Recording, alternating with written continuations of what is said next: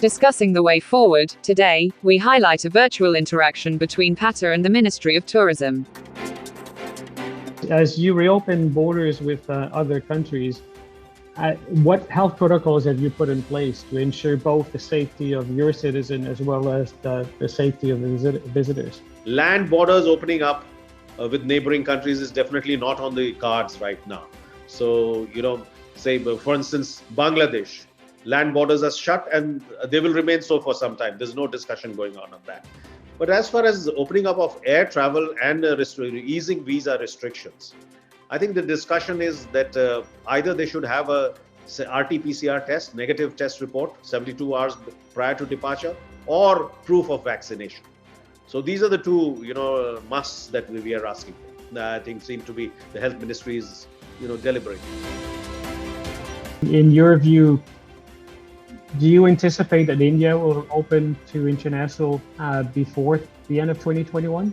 I'm sure that at least there would be a partial opening up to some regions of the world in this calendar year.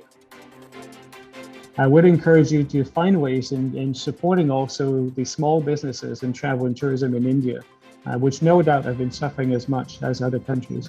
The only answer to all that is, more and more tourists. And definitely the smaller side of the business is suffering more. Essentially, we have seen the rebound in this winter season.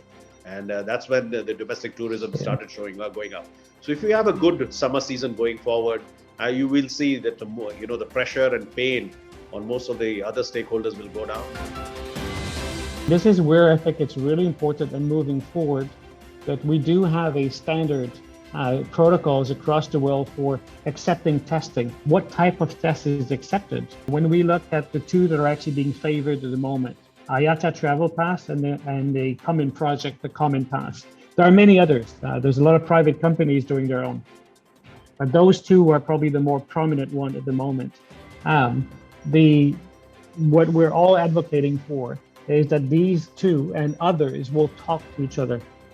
So that, yes, India may have their own system in place, or EU may have their own, ASEAN might have their own, but the two will communicate to each other.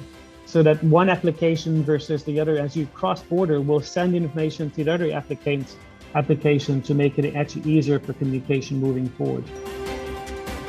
By and large, the passengers who are coming in on the bubble flights are finding it very easy because there's just one portal that they have to log into.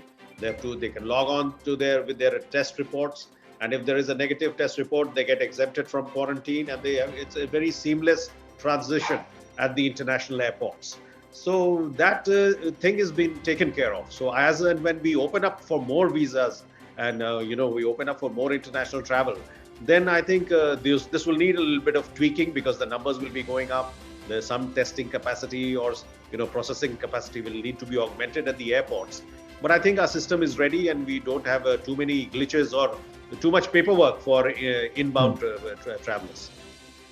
Special Holidays launch a new domestic travel portal.